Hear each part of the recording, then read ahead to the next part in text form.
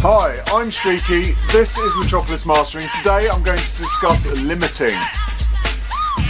So limiting's probably as important as EQ is now when it comes to mastering, because you have to get things super loud. Everybody wants things loud. There's no one wants anything quiet.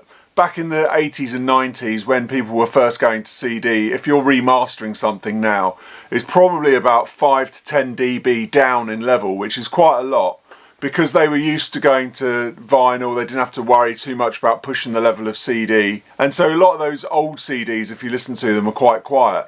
Now, if you listen to new stuff, obviously it all has to be super loud. Now, if you're using analog equipment, as I do, there's only a certain amount of level you can get into your A to D converter, which I use the Prism here. So once you come out of that, you need to get about another 8 or 9 dB of level. So you're already going really loud in the analog world there, and you're hitting zero.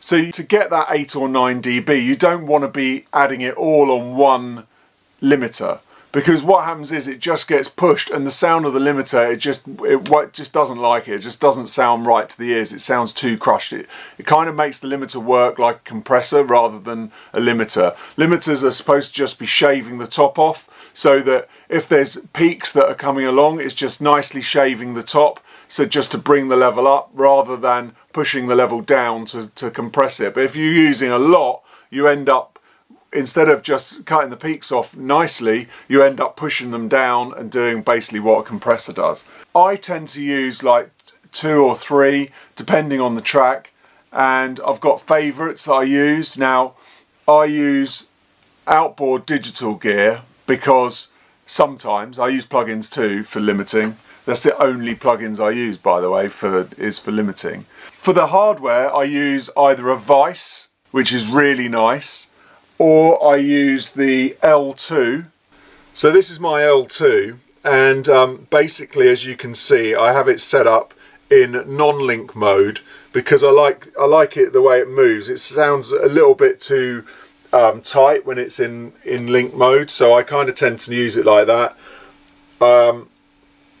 This is how I set it up: output ceiling at 0.1, and then I just push some level through it, you know, with the gains here, just to try and see what I can get. Now, you know, 3 is as far as I probably push this. You know, but I do know some engineers that like it 6, you know, so it's really down to your style and your sound and what effect you're trying to create. But I do find that it gets very bright, the L2. The more you put through it and the more level, like, which is great if you're doing like pop stuff. It sounds really good because it's that bright kind of, I don't know, energetic sound. But you know, if you want something that is say a rock song, or something that doesn't need as much high end, something that needs to be a lot smoother, something more acoustic, then I tend to not use the L2 because it's more likely to just give that harshness.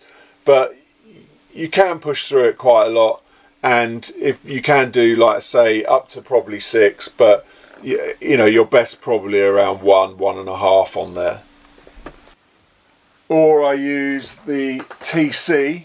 So this is the TC that I use, and I'm kind of using it. I use it in MS mode, so you may have another plugin that could be used in a similar way. I add a little bit of on the outside just to, you know, give a little bit more, use it as a bit of stereo width, which is quite nice. But I tend to not use much on this. I mean, a lot of people watching this video aren't going to have a TC 6000, but it's a nice bit of kit. It's very smooth. It gives a really nice finish, and it's just there for me to just get that extra 1 dB. I don't want to push it too hard. I'll just get that little extra, and nothing too major. It doesn't like handling major stuff. For me, I don't like that sound myself anyway. I like to just do a little bit on everything, and then in the end that all adds up. And they're my main go-to limiters. I used to use one called a Younger. If you can see those around, they're now quite cheap, but they're not, you can't get as much level out of those as you can with, say, the L2 or the Vice or the TC. Now, my plugins that I use are the Sony Oxford the precision UAD, and mainly the fab filter. The fab filter I tend to use on default setting, but I would say fly through the presets and also go through the 4 little algorithms. I think it's punchy, transparent, dynamic and all round. Check me out. Flick through those because you can get a totally different sound from them. I would only push the fab filter up to about 5. After that it starts getting a little bit crushed. So you need to be taking some of the weight off of it by using a combination of another couple of limiters. Now you can change the transients quite a lot by pushing into certain limiters in certain ways, but you do need to play with the release times and whatever presets you've got to make sure that you still keep those. It's all trial and error, like anything. If it sounds good, then it is good. If you like it, then that's what it should be, because it's a creative thing and it's not just all about what other people are doing. Now, I'm giving you a kind of around the houses, this is kind of what I do, but really it's up to you to test that and find out what works for the sound that you're trying to create, because you'll hear a sound that someone else has got and go, oh, how'd they get that? Well, they're getting it through that kind of, you know, the way that I do stuff, but then it's all the little tiny touches that get you to that extra from the 80 to 100%. So I hope that's helped. I hope that's explained how I use limiting a little bit and why I think it's so important. If you EQ something and limit it, you're going to be halfway there if the mix is fairly loud anyway.